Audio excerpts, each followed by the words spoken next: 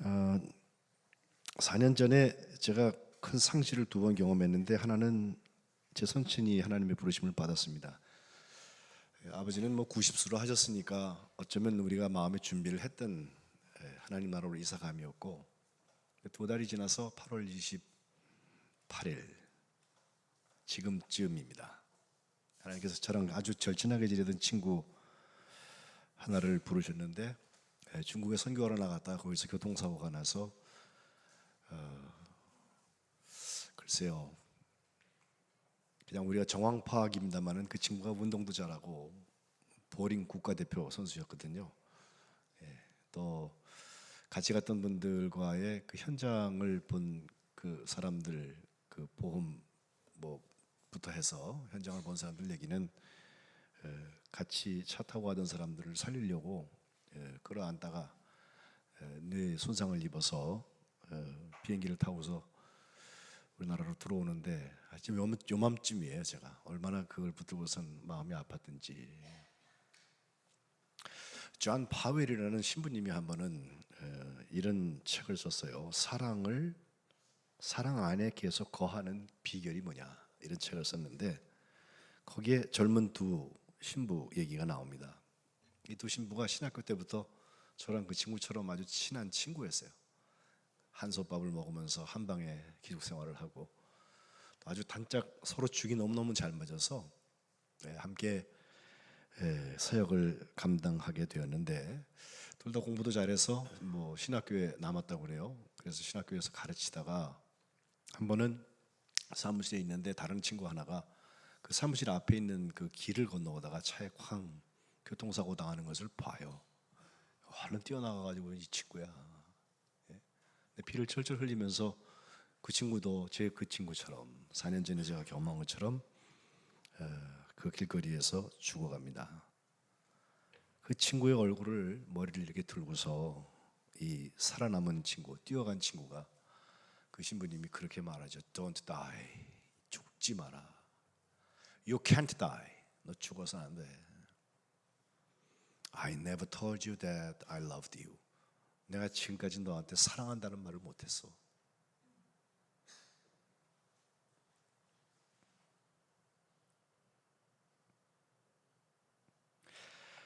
사랑을 뒤로 언젠가 할 수 있다고 생각했던 사람들에게 사랑은 기다려주지 않습니다. 사람도 기다려주지 않고 기회도 기다려주지 않지만 사랑 자체가 기다려주지 않습니다. 그런 점에서 사랑은 지금 하지 않는 사랑은 다 가짜입니다. 하나님을 사랑하는 것도 무슨 계획을 세워서 나중에 사랑한다고 그러죠? 가짜가 될 공산이 굉장히 큽니다. 가족 사랑도 그렇죠. 그들의 영혼 사랑도 그렇죠. 자식 사랑도 그렇죠. 뭐 사랑 좀 주려고 그러니까 벌써 다 커버렸어요. 예? 그런 거 있잖아요. 왜 휙 지나가 버리는 거. 정말 사랑의 열매, 오늘부터 여러분 성령의 9가지 열매 중에서 오늘 지금 첫 번째 사랑에 대한 열매를 여러분하고 나누고 싶은데, 사랑의 열매를 얻기 위해서, 성령의 열매 중에서 그 사랑을 우리가 열매 맺기 위해서 어떻게 해야 될까? 참 궁리는 많아요. 근데 지나고 보면 또 세월에 속고 또 지나고 나서 그렇게 할 걸 후회하고 그런 경우가 참 많습니다. 아직 내가 온전한 그리스도인이 되지 못해서 그런지 속에는 옛사람들이 그냥 살아가지고 내 말 안 들어주면 기분 나쁘고, 또 내가 주장하던 일들이 이루어지지 않으면 그것 때문에 상처를 받고 관계를 깨트리고 좀 더 팔 벌리고 갈 수 있는데도 조금 천천히 가도 괜찮고 조금 2등 해도 괜찮은 건데, 2등도 사실 잘하는 건데, 근데 1등 못했다고 머리 들이받고 싸우고 있는 모습을 보면서 여전히 성령의 도우심이 필요하구나, 이런 생각을 하게 됩니다. 사랑의 열매를 맺기 위해서 사랑이 아닌 것을 여러분 먼저 볼 필요가 있죠. 그걸 잘 피해가면 될 것입니다. 우리가 고린도전서 12장부터 14장에 은사에 대한 말씀이 있다고 그랬고, 가운데 장이 13장인데 은혜의 선물을 소개하기 위해서 12장 마지막 절인 31절에 너희는 더욱 큰 은사를 사모하라. 내가 가장 좋은 길을 너에게 보이겠다 하면서 이제 사랑장이 시작이 되잖아요.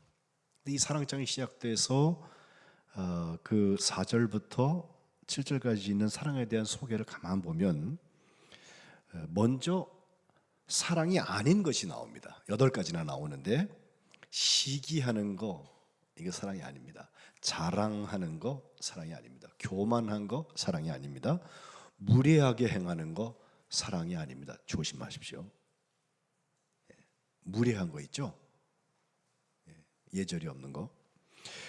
자기의 유익을 구하는 거 사랑이 아닙니다. 성내는 거 사랑이 아닙니다. 악한 것을 생각하는 거 사랑이 아닙니다. 어떤 분은 보면 정말 악한데 초기 발달돼 갖고 악을 묵상하는 분들이 계세요.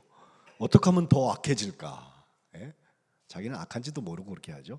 마지막은 불의, 옳지 않은 것을 너무 좋아하는 거, 기뻐하는 거 사랑이 아니라고 그랬어요. 물론 그런가 하면 다시 7가지 사랑인 것들이 나와서 사랑은 오래 참고 인내죠. 저기 보면 인내 몇 번째 있습니까?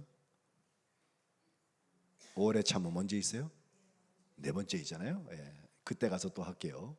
인내가 사랑의 제일 큰 특징이고요.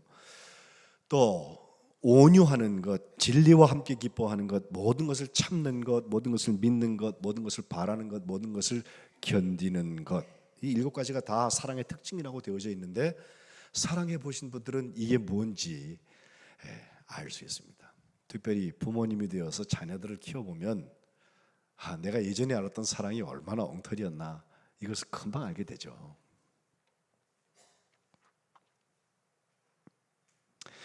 오늘 세상이 교회를 향하여서 기대하고 있는 것들이 있습니다. 교회가 정말 사랑의 공동체였으면, 그래도 예수 믿어서 변화된 사람들이 다른 것도 다 잘해야 되지만 그건 자기들의 문제고 진짜 사랑의 사람이 됐으면, 예수 믿는다며? 그러면 너 좀 사랑하는 사람이 되었으면. 증오와 시기와 거부와 비난과 분노와 오만과 이기심과 경멸이 가득 차 있는 세상 속에서 그리스도인들만큼이라도 성령의 열매인 사랑의 열매에 정직할 수 있고 앞장설 수 있다면 세상은 그렇게 끝까지 가지 않을 것 같아요.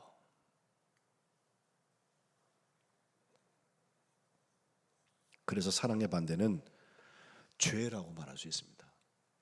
죄는 하나님의 말씀을 순종하지 않는 것도 죄의 한 단면이지만 우리 사람들 사이의 관계에서 잘 나타납니다.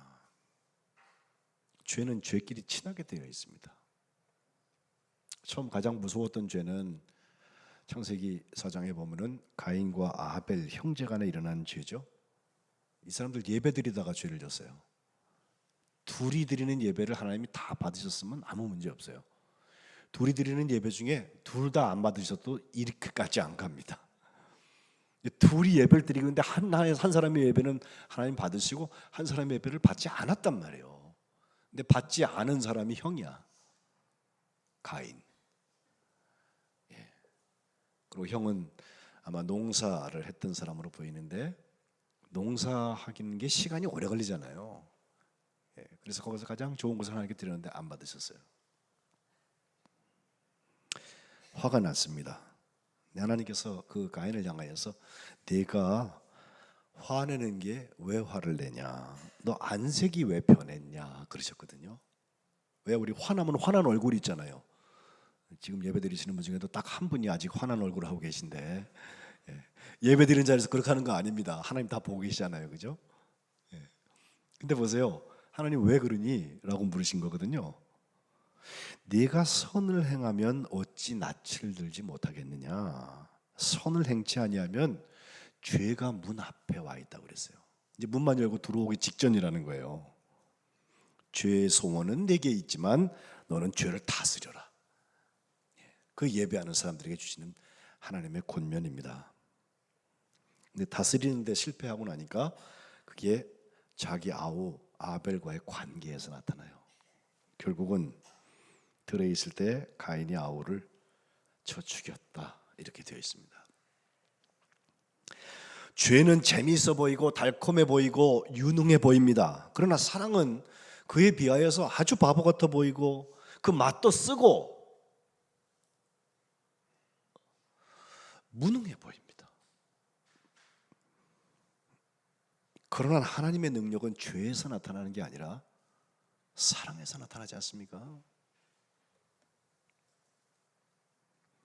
또한 사랑의 반대 중에 하나 저는 사랑 태만증, 사랑이 없음, 사랑 결핍증이라고까지 표현할 수 있는 것, 바로 온전한 대상, 내가 사랑해야 될 대상에 올인하지 못하고 반대 방향에 엉뚱한 데 가가지고 사랑하고 있는 것, 우상 숭배가 대표적인 예죠. 말세에는 고통하는 때가 이르러서 디모데 후서 3장 1절 이후에 사람들이 자기 자신을 사랑하고 돈을 사랑하고 자랑하고 교만하고 비방하고 부모를 거역하고 감사하지 않고 거룩하지 않고 무정하며, 좋은 걸 좋다고 못하고 싫은 거 싫다고 못하는 거예요. 무정한 사람이 있죠. 유행가 가서 생각하지 마세요. 실제로 영적으로 보면요, 영혼이 기뻐야 하는데 전혀 기쁘지 않고, 영혼이 오히려 통회하고 슬퍼야 되는데 아무렇지도 않은 사람들이 있어요. 영적 감각이 없는 거예요. 그러니까 무엇을 사랑해야 되는지 분별이 없습니다. 원통함을 품지 아니하며 모함하며 절제하지 못하며 사나우며 선한 것을 좋아하지 아니하며 배신하며 조급하며 자만하여 쾌락사랑하기를, 하나님 사랑하는 것보다 더하며 잘못된 사랑입니다. 결국 경건의 모양은 있지만 경건의 능력을 부인한다. 이 같은 자에게서 내가 돌아서라 그랬어요.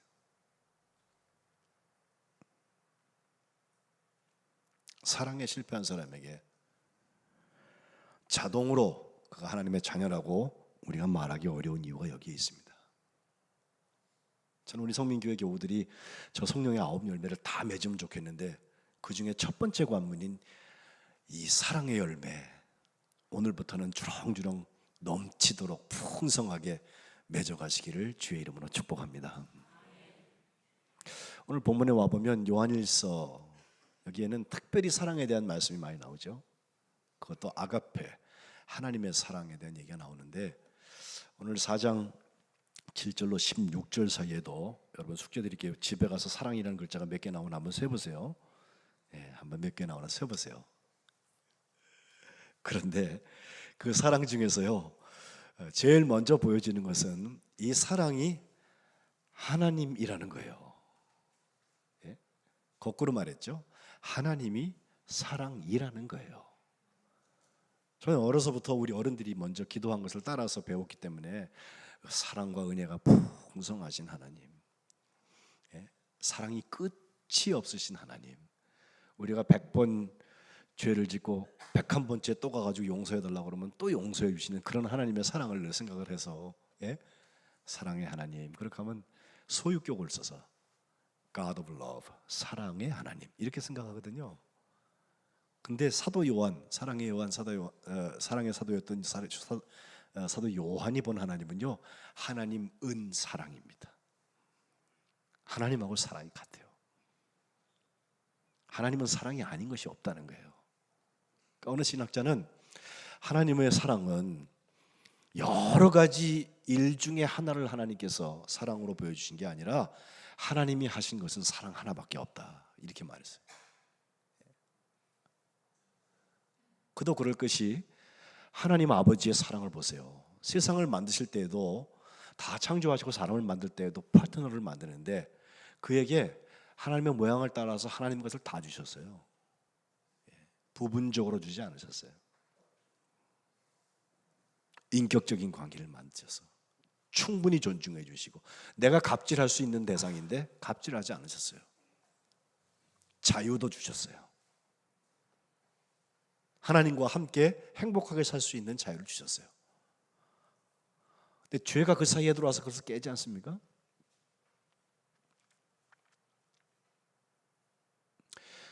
하나님께서 마지막에 세상을 이제 완성하신다라고 저는 표현을 하는데, 그 완성이라는 말을 천국과 지옥을 나누는 이 역사의 어떤 결정판, 재림 예수님의 그 때를 우리가 얘기할 때 하나님이 역사의 완성자가 되신다, 만드시고 완성자가 되신다, 시간적으로 우리가 이렇게 보잖아요.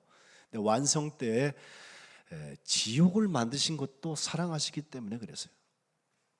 아니 목사님, 지옥을 만들어서 죽지도 못하고 다 꺼지지도 않는 그 불에서 계속해서 고통받아야 되는 게 무슨 사랑의 이야기입니까? 라고 물을지 모르는데, 여러분 미안하지만 지옥 이야기가 없으면요, 사람들은 죄에 그냥 살아요.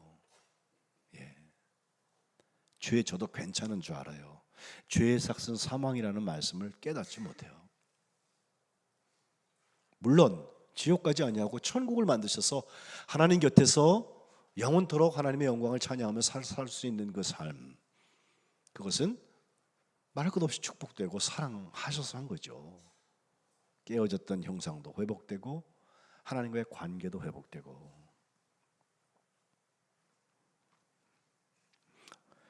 예수님 어떻습니까? 하나님이 사랑하셨기 때문에 보내셨다. 요한복음 3장 16절, 그죠? 세상을 이처럼 사랑하사 하나밖에 없는 독생자를 주셨다. 그를 믿는 자마다 멸망치 않고 영생을 얻게 하려 하심이라 그랬습니다. 오늘 본문에도 9절에 보면 하나님의 사랑이 우리에게 이렇게 나타난 바 됐다. 하나님이 자기의 독생자를 세상에 보내심은 그로 말미암아 우리를 살리려 하심이라. 그리고 이 말씀을 다시 설명하기를 10절에 사랑은 여기 있다. 우리가 하나님을 사랑한 게 아니고 하나님이 우리를 사랑하셔서 우리의 죄를 속하기 위하여서 화목 제물로 그 아들을 보내셨다. 이렇게 되어 있습니다. 새벽마다 우리가 지금 에베소서를 읽고 있는데 거기는 우리의 구원, 예수님으로 인한 우리의 구원을 표현할 때 은혜로 인하여 믿음으로 말미암아 구원을 받았는데 이것이 너희에게서 난 것이 아니라 하나님의 선물이라고 그랬어요. 2장 8절. 그 선물 중에 선물이 예수 그리스도를 통하여서 하나님의 사랑이 체험되는 자리에 나타나는 거예요. 늘 그림만 하는 생각을 합니다. 이렇게 십자가가 그려져 있고 거기에 천이 이렇게 걸려져 있는 그림입니다. 거기 밑에 써 있기를, 내가 예수님한테 물었어요. 예수님, 나 얼마나 사랑하세요? 그랬더니 그 밑에 쓰기 예수님께서 이만큼 그러더니 대답하시더니 그의 팔을 벌려서 십자가에 죽으셨다, 그거예요. 복음이 거기 다 들어있어요. 하나님이 사랑이신 것처럼 예수님도 사랑이십니다. 세 번째, 성령님에 대해서도 오늘 13절에 보면 그의 성령을 우리에게 주심으로 우리가 그 안에 거하고 그가 우리 안에 거하시는 줄을 안다 그랬습니다. 하나님이 사랑이신데 사랑이신 하나님을 사랑 아닌 사람이 닮기가 어렵습니다. 성령께서 우리 안에 들어와 계시면 그가 내 안에, 내가 그 안에 있는 것, 그 사랑의 관계가 다시 한번 회복될 수 있다는 것입니다. 하나님 우리 안에 거하시는 증거에 대해서 계속해서 말씀하기를 15절, 누구든지 예수를 하나님의 아들이라 시인하면 하나님이 그의 안에 계시고 거하시고 그도 하나님 안에 거한다. 마치 고린도전서 12장 3절에 은사를 설명하면서 누구든지 성령으로 말미암지 않고는 예수를 주라고 고백할 수 없다고 하는 말씀과 비슷합니다. 성령 때문에 하나님께서 내 안에, 내가 하나님 안에 있는 것, 예수님이 하나님의 아들이 되어서 나를 구원하셨다고 하는 것을 고백할 수 있는 것은 바로 성령 때문에 가능한 것입니다. 그리고 16절에 하나님이 우리를 사랑하시는 그 사랑을 우리가 알고 믿었노니 하나님은 사랑이시라. 동의로 했습니다.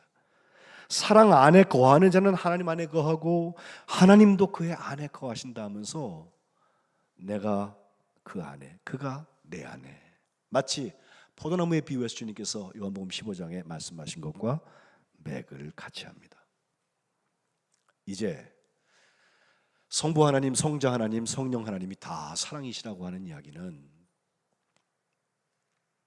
어쩌면 오늘 본문 후반부에 나오는 11절 이후에 우리가 서로 사랑하자, 서로 사랑하자, 굉장히 편안한 초청 같아요. 예? 근데 서로 사랑한다는 게 뭐예요? 성령께서 내 안에 계신 증거예요. 그게 할 수 있는 사랑 누가 못해요? 예수 안 믿어도 해요. 뭐 생기는 사랑 누가 못해요? 그것 때문에 사람들이 칭찬해 주는 사랑 누가 못해요? 열심히 합니다. 예? 할 수 없는 사랑을 하는 게 성령 때문에 하는 사랑 아니겠어요? 서로 사랑하자. 아가포멘 알렐루스라고 하는데 이것이 마땅하다는 것입니다. 왜? 하나님께서 우리를 이같이 사랑하셨으니 우리가 서로 사랑하는 것이 마땅하다. 마땅하다는 말은요, 의무 이상의 의무를 말합니다.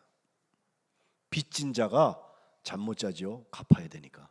그 채무를 가지고 있는 사람들이 가지고 있는 죄책감을 동감하는 책임감을 말합니다. 사랑은 선택이 아니라 사랑은 존재의 변화의 표식입니다. 어느 때는 하나님을 본 사람이 없습니다. 그러나 만일 우리가 서로 사랑하면 하나님이 우리 안에 거하시고 하나님의 사랑이 우리 안에 온전히 이루어진다는 것입니다.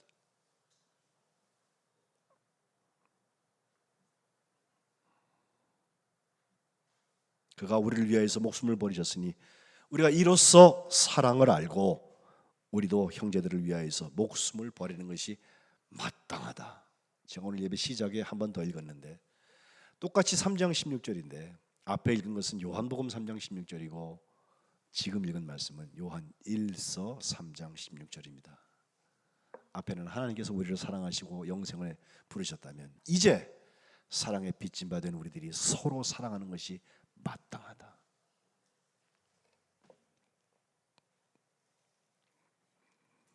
누가복음 15장에 잃었다가 찾은 이야기들이 쭉 나오는데 그 중에 그 양을 잃었던 거 나오지 않습니까? 제일 처음에 나오는 100마리의 양을 치던 사람이 한 마리의 양을 잃어버렸어요. 그러니까 99마리를 들에 두고 그 한 마리를 찾으러 가요. 예? 그 99마리가 남아서 무슨 얘기를 했을까요? 예? 어떤 양은 그랬을 거예요. 야, 나는 길을 잃지 않고 물 위에 있으니까 참 감사하다. 감사한 일이죠? 사자밥이 될지도 모르는데. 성경에 나오는 얘기는 아니고 제가 추측하는 것입니다. 그런데 분명히 있을 양이 있어요. 그 잃어버려진 한 마리 양에 대해 짜증이 나요. 저것 때문에 우리가 갈 길도 못 가고 목자는 자기 찾으러 갔잖아. 우리가 교회 안에서도요, 다수의 편에 있을 때 굉장히 신이 나요. 안정감을 느낍니다. 그럼 그렇지. 나는 인정된 사람이야. 왜? 내가 판단하는 것이 다수의 편에 있으니까. 근데 그 다음에 하는 버전이 뭐예요? 소수. 잃어버려진 한 양. 그 짜증난 걸 표현하기 시작하는데 쟤 그럴 줄 알았어. 나대더니 그럴 줄 알았어. 그죠?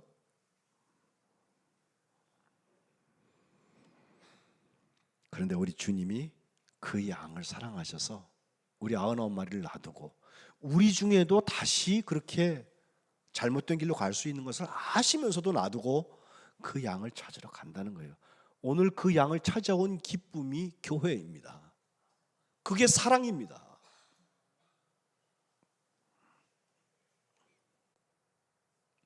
사랑에 실패한 교회는 사람을 죽입니다.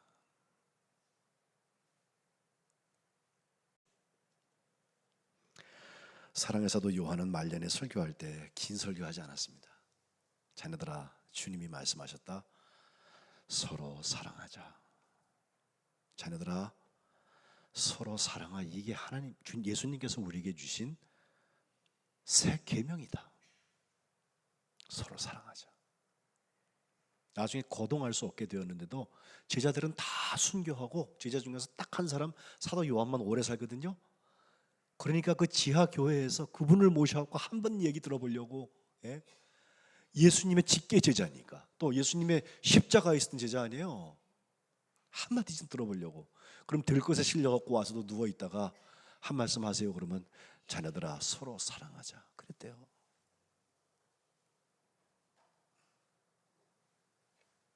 제가 바라기는 앞으로 우리가 성령의 열매를 향하여서 여러 가지 감당해야 될 또 준비되어야 될 그런 열매를 맺는 삶을 같이 얘기해 나갈 텐데, 그 중에 첫 번째 문, 바로 이 사랑. 하나님이 사랑이시기 때문에, 나를 사랑하셨기 때문에 그 서로 사랑하는 문들이 열려져서 거룩한 백성 공동체는 사랑의 교회가 되시기를 주님의 이름으로 축복합니다.